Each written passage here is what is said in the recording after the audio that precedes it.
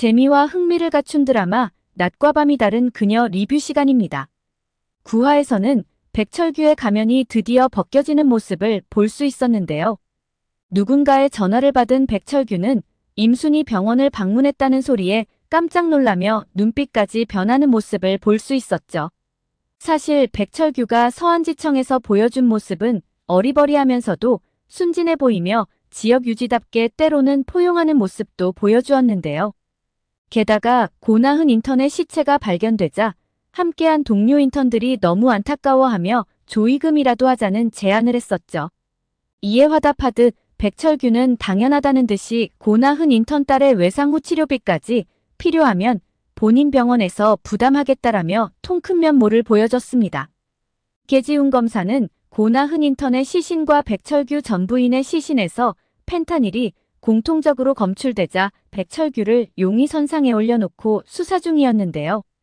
게다가 일전의 살해 현장에서 도주하던 은색 SUV 차량 6438번호까지 백철규의 소유로 알려지면서 의심이 점점 확신으로 변해갔죠. 여기에 부검의를 통해 고나흔 인턴에게서 발견된 펜타닐의 양이 치사량은 아니고 의식을 잃을 정도라는 얘기까지 듣게 되는데요. 그렇다는 건 펜타닐을 투여할 수 있는 전문적인 기술이나 지식을 가지고 있는 사람이 범인일 확률이 높다는 것을 알 수 있죠. 즉 의사나 간호사로 범위를 좁혀볼 수 있지 않을까 싶습니다. 계지훈 검사는 화동병원에 대한 압수수색 영장을 신청했는데요. 하지만 어떤 알 수 없는 사유로 인해 기각되면서 흥분을 감추지 못합니다. 차장검사에게 가서 따져보지만 자신은 알 수 없으니 판사한테 가서 따져보라는 말만 듣게 되는데요. 게다가 차장검사는 백철규는 이전에도 전과가 없고 정확한 물증이 없어서 무혐의로 처리되었다고 말이죠. 게다가 지역 유지인 그런 사람이 왜 그런 짓을 하겠냐며 잘못 짚었다는 듯이 이야기를 합니다. 어쩌면 이 말에 답이 있는 것 같다는 생각이 듭니다. 백철규는 지역 유지의 지역사회에서 의료봉사 등을 통해 많은 활동을 해왔었는데요. 그래서 지역민들 사이에서는 좋은 평판을 얻고 있다는 것이죠. 게다가 부인이 살해되었을 때도 처음에는 백철규가 수사선상에 오르면서 지역사회에서 술렁거림이 잠깐 있었는데요. 하지만 이후 그의 다양한 선행활동들을 통해 그는 이미지 메이킹에 성공하며 현재는 누구보다 좋은 사람이라는 이미지를 갖고 있습니다. 계지웅은 최후의 방법으로 백철규가 증거인멸을 하기 전에 화동병원에 잠입하기로 결정하는데요. 그리고 각자에게는 어떤 임무가 주어지게 되죠. 그런데 예상치도 못한 일이 발생하게 됩니다. 바로 간호사가 임순의 팔에서 혈액을 채취하는 것이죠. 임순은 무슨 검사를 위해 혈액이 왜 필요한지 영문도 모른 채 그냥 따를 수밖에 없는 상황인데요. 하지만 얼마 지나지 않아 그 이유를 알게 됩니다. 그런데 여기서 의미심장한 한 장면을 보게 되는데요. 바로 임순의 혈액을 채취하던 간호사의 표정입니다. 임순이 주사 맞는 것을 두려워하고 왜 필요하냐는 그녀의 말에 씩 웃으며 의미심장한 표정을 지어 보이죠. 혹시 백철규에게 임순이 병원을 방문했다는 것도 이 간호사가 알려준 것일까요?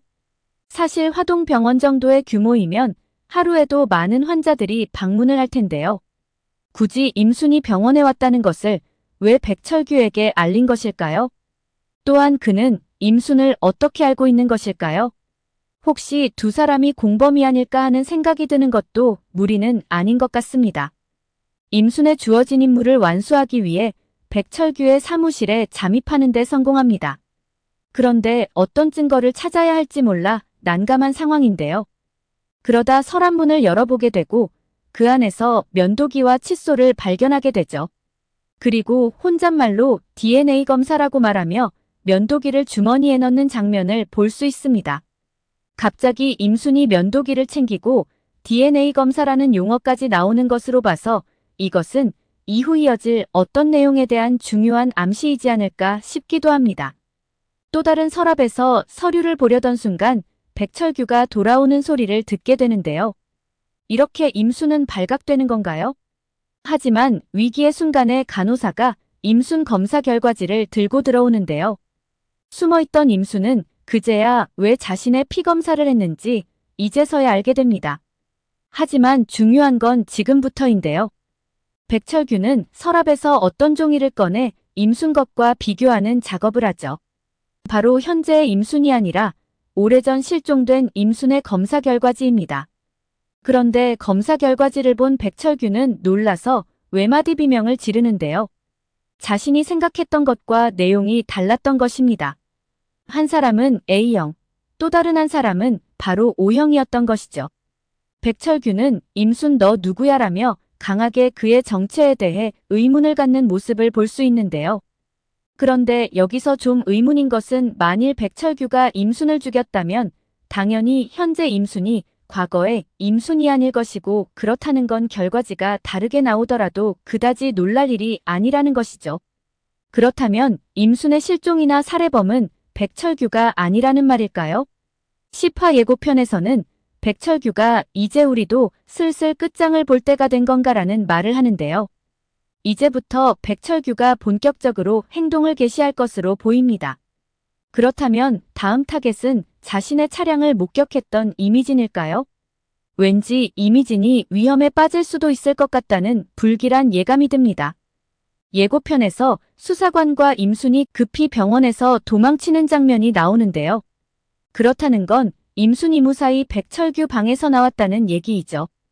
어쩌면 처음부터 임순 임무는 명확한 증거를 확보할 수 있는 그의 방에 도청 장치를 설치하는 것이 아니었을까 싶습니다. 녹음펜을 두고 오는 방법도 있을 수 있지만 그건 다시 그 방에 들어가야 한다는 전제가 있기에 도청 장치가 더 가능성이 있어 보입니다. 10화 선공개 영상이 나왔는데요.